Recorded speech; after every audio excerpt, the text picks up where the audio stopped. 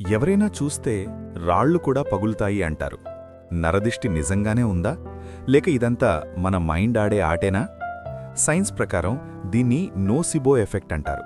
అంటే నాకు దిష్టి తగిలింది, నాకేదో చెడు జరుగుతోంది అని మీరు బలంగా నమ్మితే మీ బ్రెయిన్ ఆటోమేటిక్గా స్ట్రెస్ హార్మోన్స్ని రిలీజ్ చేసి మీ పనులను మీరే చెడగొట్టుకునేలా చేస్తుంది. కానీ ఒక్క నిమిషం, ఇక్కడే ఒక సీక్రెట్ ఉంది. మోడర్న్ ఫిజిక్స్ ప్రకారం మనుషుల కళ్ళ నుండి బయోఫోటాన్స్ అనే లైట్ ఎనర్జీ రిలీజ్ అవుతుంది.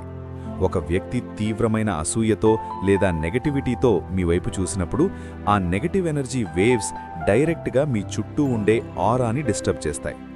అందుకే మన వాళ్ళు గుమ్మడికాయలు, నిమ్మకాయలు కడతారు.